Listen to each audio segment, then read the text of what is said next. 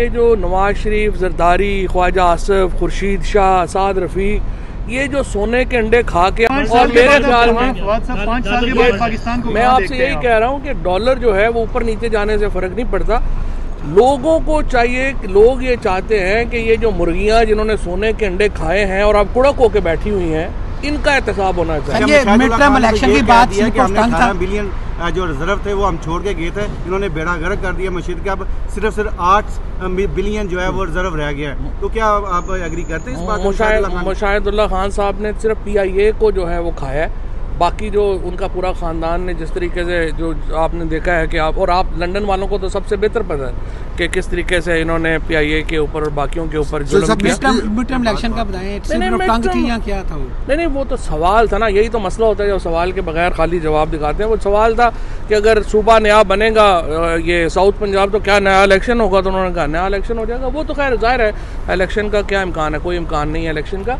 लेकिन जो इस वक्त जो प्राइम मिनिस्टर साहब का और PTI की गवर्नमेंट का सबसे बड़ा चैलेंज है वो यही है कि हमने अपनी 1 करोड़ जॉब्स देने का वादा किया है, उसकी तरफ हम कैसे तेज़ी से बढ़ते हैं।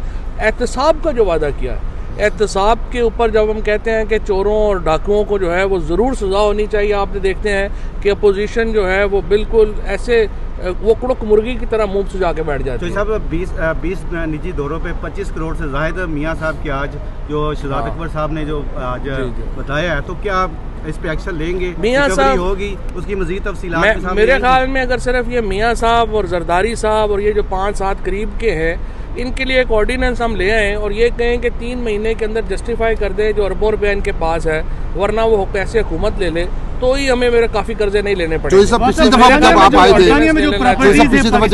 तो बरतानिया में जो प्रॉपर्टीज हैं उस हवाले से फैसले भी आ चुके हैं, तो क्या उस पर कोई कार्रवाई होने जा रही है? बस ये वेट कर रहे हैं ना, इसका ये आ जाए फैसला, तो उसके बाद इंशाल्लाह जो बरतानवी हुकूमत में पिछली दफा जब आप आए थे, एक मिनट है ना, पिछली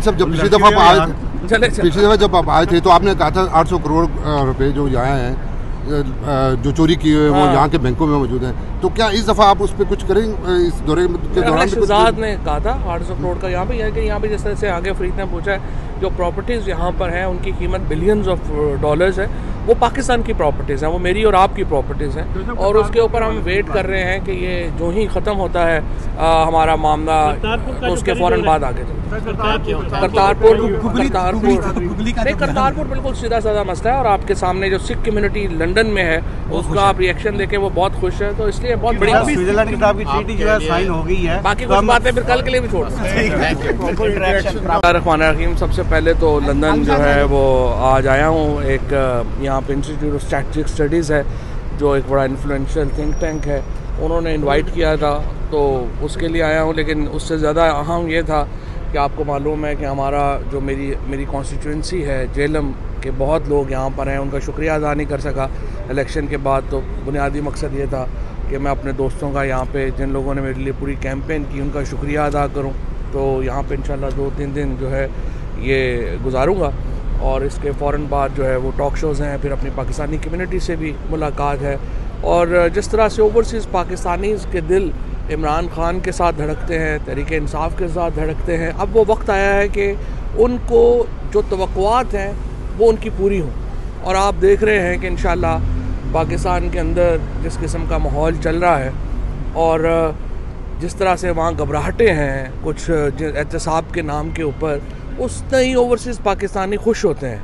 ये ओवरसीज़ पाकिस्तानी के लिए खुशी का मुकाम है कि पाकिस्तान के पासपोर्ट का जो दर्जा है, पाकिस्तान के पासपोर्ट जो है उसकी अहमियत बढ़ेगी, और वो उसी तरह बढ़ेगी जिस तरह जो इमरान खान की पॉलिसीज़ हैं, चाहे वो मुआशी पॉलिसीज़ हैं, चाहे हमारी सफारती पॉलिसीज़ हैं। आपने देखा कि जो आते ही जिस तरीके से अब अमेरिका के आज जो ज़ल्मे खलीलज़ाद हैं उनकी मुलाकात है प्राइम मिनिस्टर साहब से, मलेशिया में, सऊदी अरेबिया में, हर जगह के ऊपर प्राइम मिनिस्टर साहब ने, चाइना में जो हमारा बहुत ही अहम एक हलीफ है, जिस तरीके से प्राइम मिनिस्टर इमरान खान ने इन मुल्कों को अपने साथ लिया है, उससे एक ये पाकिस्तान की जो सफारती कामयाबियां हैं वो हुई हैं, और उसी के नतीजे में हम एक मुस्तहकम मईशत की तरफ भी बढ़ रहे हैं। जो ये नवाज शरीफ और जरदारी साहब बयान देते हैं मईशत के हवाले से, इनको तो 2-3 साल जो है मैं तो हैरान हूँ कि ये किस तरह से बयान देते हैं। यानी हुए बीमार जिसकी सबब उसी अतार के लौंडे से दवा लेते हैं। यानी जिन्होंने इस हालत पे पहुंचाया है वही हमें आके लेक्चर देते हैं कि ये मईशत में जनाब ठीक कैसे करनी है। लेकिन बहरहाल नवाज शरीफ और आसिफ जरदारी की हैसियत पाकिस्तान में वही है अब जो अयूब खान और याहिया खान की थी जब वो अपनी सदारत से हट गए थे। यानी उनकी अब कोई हैसियत नहीं है। दोनों ने अपने आखिरी इलेक्शन जो है वो लड़ लिए हैं।